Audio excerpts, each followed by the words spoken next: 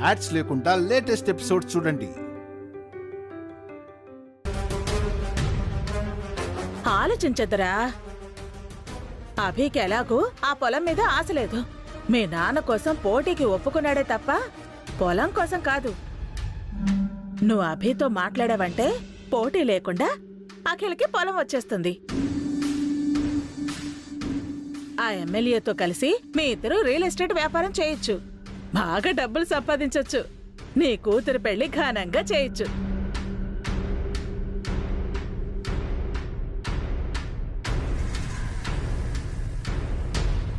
అభి ఉండగా శ్రావ్య పెళ్లి ఆగదు. మనకు ఆస్తి లేకపోతే వాళ్ళు శ్రావ్యని ఎందుకు పెళ్లి చేసుకుంటారు వదినా? వాళ్ళు సంబంధానికి ఒప్పుకున్నది మన ఆస్తిని చూసి కాదు, అభిని చూసి. అది కాదు. ఆపకిల్, పొలం ఇవ్వకపోతే ఎమ్మెల్యేతో ప్రాబ్లం అని చెప్పినా పావని అక్క వినట్లేదు. ప్రాబ్లం వాళ్ళదేనప్పుడు మనకేంటి? అవునరా, కందకలే నొప్పి కత్తిపేటకెందుకని కూతురు పెళ్లి ఆగిపోతే అప్పుడు తెలుస్తుంది వీళ్ళకి. పదండి. ఆగకిల్,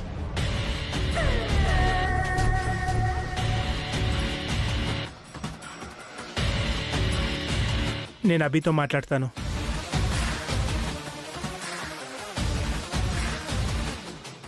అవసరం లేదండి. శ్రావ్య పెళ్లే సమస్య అయితే అభి చూసుకుంటాడు. గోడితో పోయేదానికి గొడ్డల దాకా ఎందుకే? అవును పావని, ఇప్పుడే అభితో మాట్లాడి ప్రాబ్లం సాల్వ్ చేసుకోవడం బెటర్. పదండి, అభితో మాట్లాడదాం. అభి ఇంట్లో లేడు. ఇందాకే పొలానికెళ్ళాడు.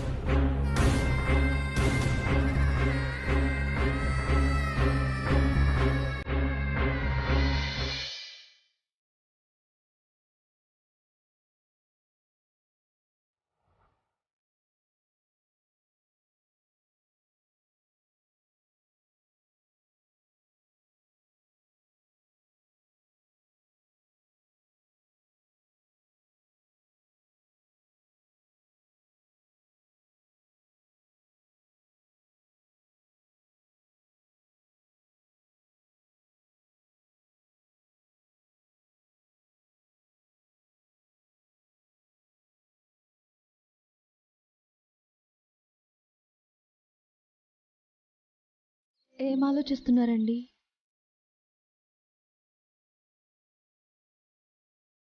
ఈ పొలాన్ని ఎలా కాపాడాలా అని.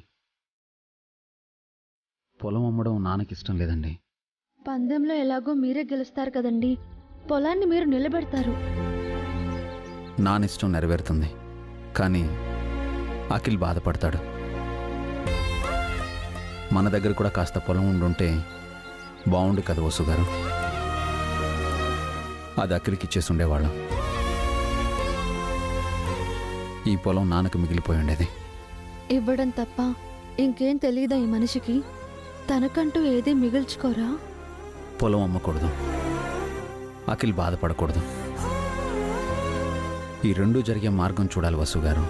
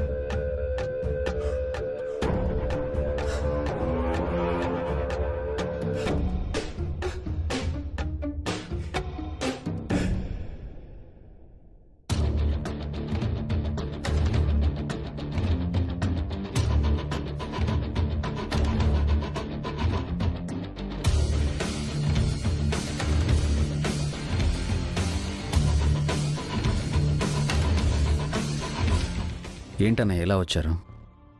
నాన్న అఖిల్ని కదా పొలాన్ని చూసుకోమని చెప్పారు. నీతో మాట్లాడాలని వచ్చాం అభి. నిన్నొకటి అడగాలి, కాదనకుండా ఇస్తావా? ఇవ్వడానికి నా దగ్గరే ఉందన్నయ్య. మాటి అభి.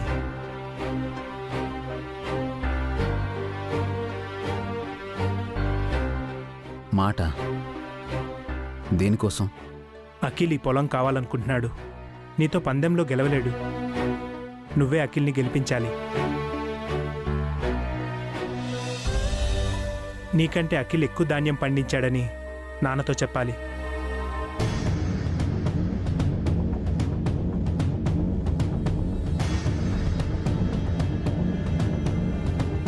అంటే నాన్నని మోసం చేయమని డైరెక్ట్గా అడుగుతున్నావా అన్నయ్య?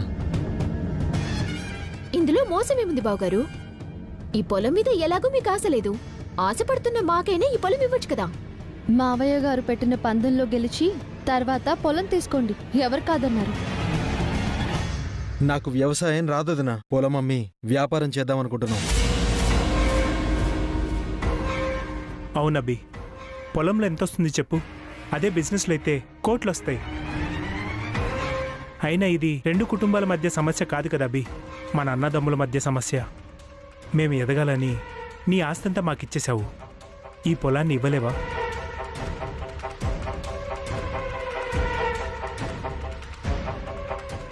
ఆస్తి నాది, పొలం నాన్నది. నేనెలా ఇస్తాను? మీరు పందెంలో ఓడిపోండి బావగారు, అది చాలు మాకు. ఆయన మావయ్య గారు ఇచ్చింది 3.5 ఎకరాల పొలం కాదు హారిక, ఒక బాధ్యత. ఆయనపై నమ్మకంతో ఆ బాధ్యతనిచ్చారు. ఆ నమ్మకాన్ని వమ్ము చేయమంటావా? ఏంటా బాధ్యత వదినా? నువ్వు బాగుపడ్డం అఖిల్. నాన్న నీలో మార్పు కోరుకుంటున్నారు. వ్యాపారం చేసేది బాగుపడ్డానికి బావగారు. నేనిచ్చిన ఆస్తిలో బిజినెస్ చేయొచ్చు కదా. అయినా ఈ పొలమే కావాలా మీకు? అంటే ఈ పొలం ఇస్తామని ఎమ్మెల్యే గారు ఎవరికో మాటిచ్చారంట అభి, అందుకని.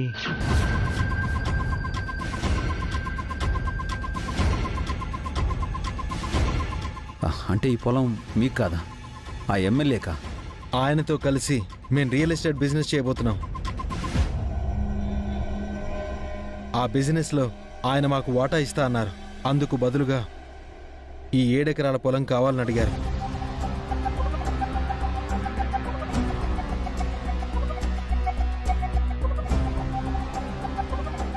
కావాలంటే ఆ బిజినెస్లో నీకు కూడా షేర్ ఇస్తాం అభి.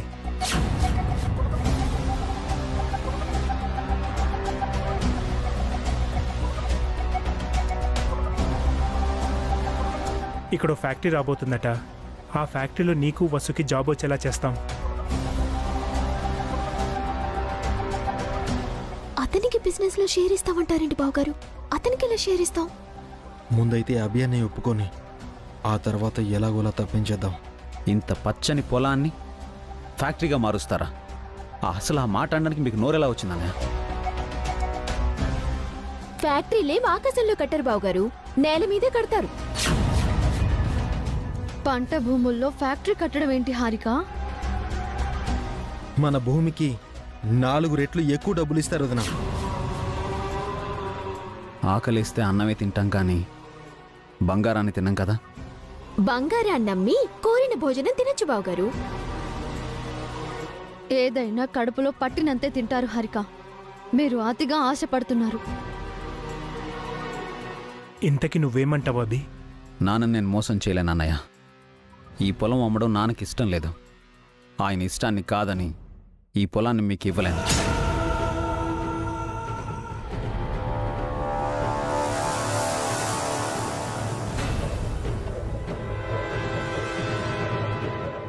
పొలం ఇవ్వకపోతే ప్రాబ్లం అవుతుందన్నయ్య.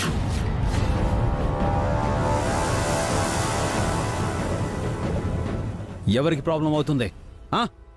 ఎవరికే?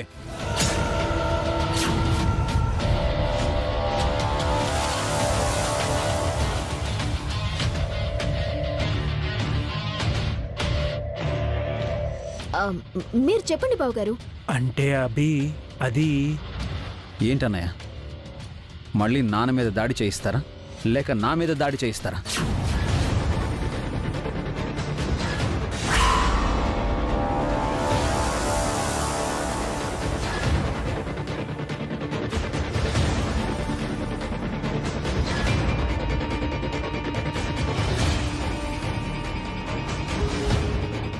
ప్రాబ్లం చేసే ఎవరొచ్చినా సరే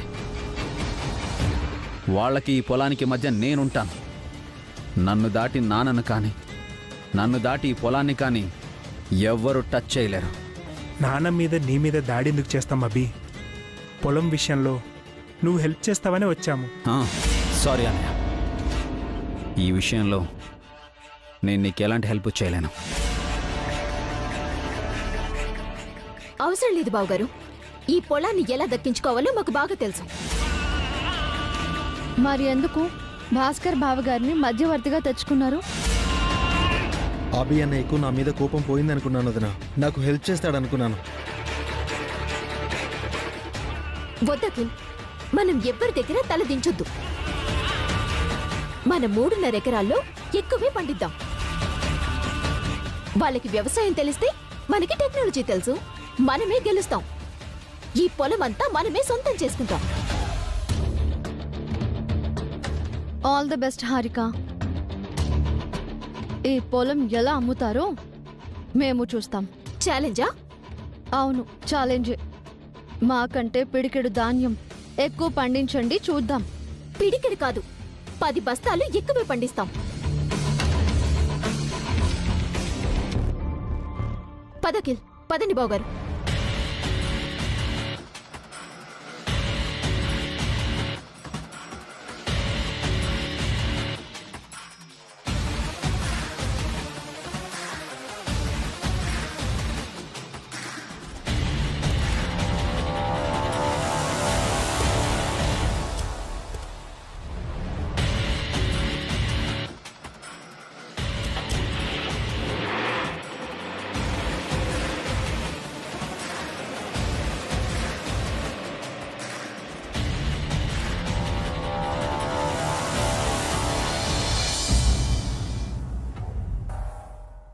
నమస్తే సార్. నమస్తే. నమస్తే సార్. మీ ఎండి గారు ఉన్నారా?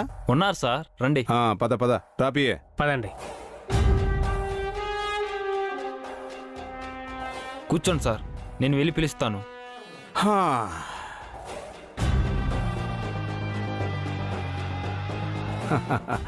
నమస్కారం వర్మగారు.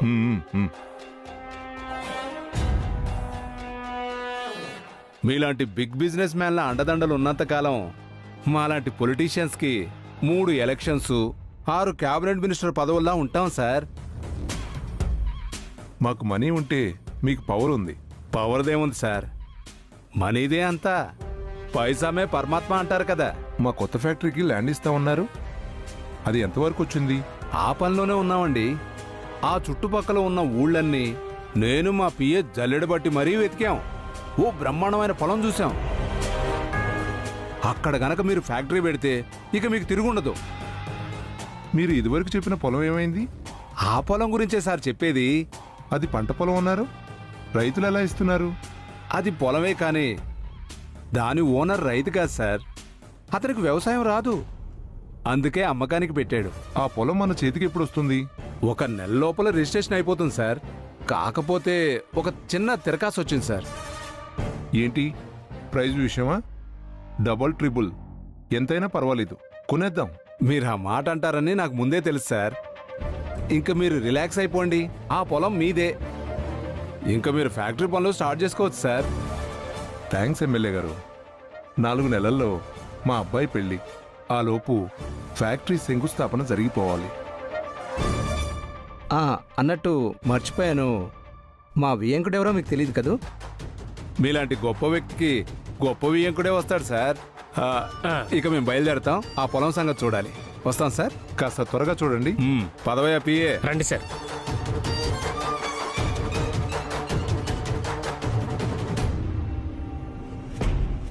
మన రొట్టె విరిగి నేతిలో పడిందయ్యా పిఏ.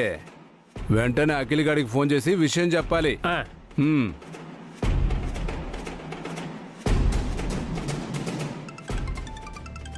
ఏమండి, ఫోన్ వచ్చింది. ఒక్క నిమిషం. హలో. హలో అభిరామ్, నేను మహేంద్ర వర్మని. సార్ నమస్తే. మీకు గుడ్ న్యూస్. చెప్పండి సార్.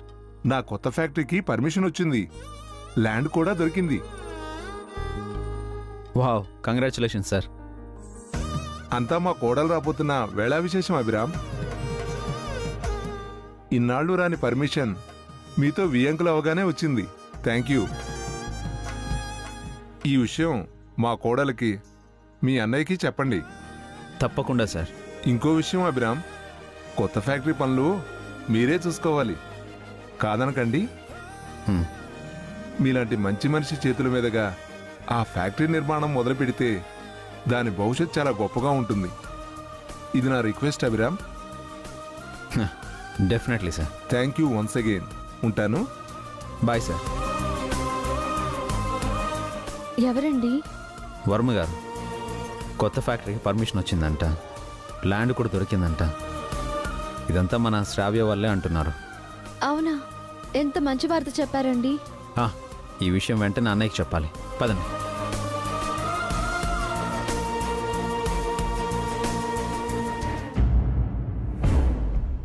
ఏంటి సార్ మీరు చెప్పేది? నిజమయ్యా, నీ పొలానికి డబల్ రేట్ ఇవ్వడానికి పార్టీ రెడీగా ఉంది. వాళ్ళు త్వరగా ఫ్యాక్టరీ కట్టాలంటున్నారయ్యా. ఎవరు సార్ వాళ్ళు?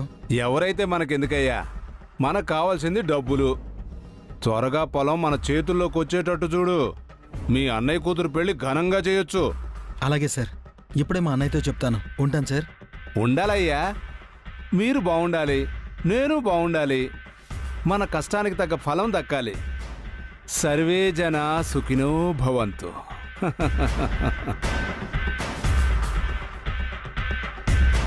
పార్టీ గురించి అతనికి ఎందుకు చెప్పలేదు సార్? అన్నీ చెప్పకూడదయ్యా. అందుకే వర్మగారికి పొలం అమ్ముతుంది ఎవరో చెప్పలేదు, హాకీల్కి వర్మ గురించి చెప్పలేదు. వర్మగారు తనకు కాబోయే వియంకుడి గురించి చెప్పబోతుంటే మీరెందుకు సార్ వినలేదు? అన్నీ తెలుసుకోకూడదు పియే.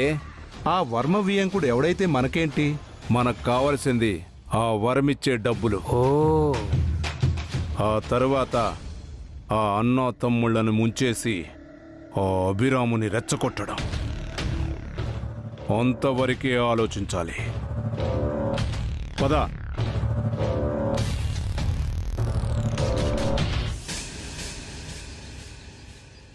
ఏంటకిల్ నువ్వనేది? మనం చెప్పిన రేట్కి రెట్టింపు ధరించి పొలం కొనడానికి పార్టీ రెడీగా ఉందంటన్నయ్య. శ్రావ్య పెళ్లి చాలా గ్రాండ్గా చేయొచ్చు. ఇంత మంచి ఛాన్స్ మళ్ళీ రాదు బావగారు. ఇంకేం ఆలోచించకండి. నేను శ్రావ్య పెళ్లి గురించి ఆలోచిస్తున్నాను. పొలం అమ్మడానికి నాకు ఎలాంటి అభ్యంతరం లేదు. మీరేం చేసినా నేను మీకు సపోర్ట్ చేస్తాను. శ్రావ్య పెళ్లి గురించి అభి చూసుకుంటానని చెప్పాడు కదండి. మీరెందుకు మళ్ళీ మళ్ళీ మనసు మార్చుకుంటున్నారు?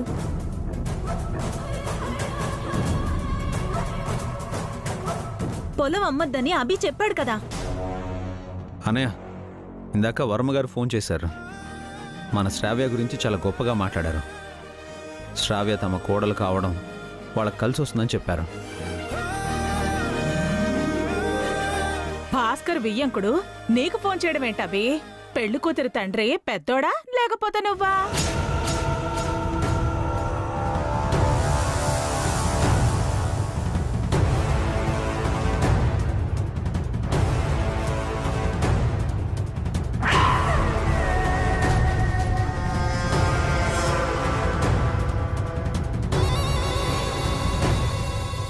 వాళ్ళకి ఈయన ముందే తెలుసు కదా పిన్ని. ఆ పరిచయంతోనే ఈయనకి ఫోన్ చేసి చెప్పారు. అతను ఫోన్ చేస్తే మాత్రం విషయం డైరెక్ట్గా మీ వియ్యంకులకి చెప్పండి అని ఈయన గారు చెప్పాలి కదా. ఎవరికి చెప్తే ఏంటి హారిక? అభి ఏమైనా పరాయివాడా? శ్రావ్య కన్నతండ్రి అయితే కాదు కదా వదినా. ప్రాణాలు కాపాడాడు అనే గ్రాటిట్యూడ్ ఆ వర్మకుండొచ్చు, కానీ ఈయన కూడా భాస్కర్ అనే గౌరవం కాపాడాలి కదా.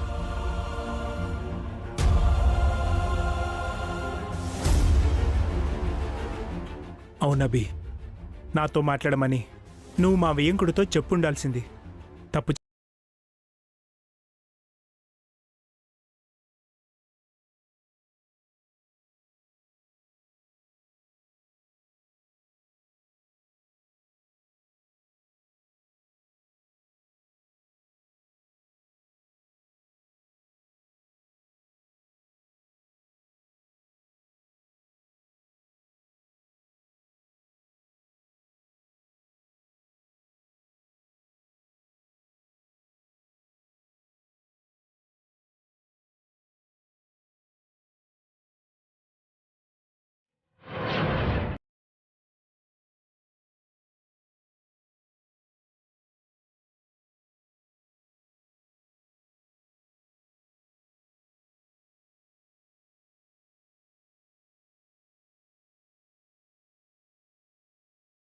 ఆ విషయం గుర్తుంచుకోరా అభి, మళ్ళీ ఆ తప్పు చేయకు.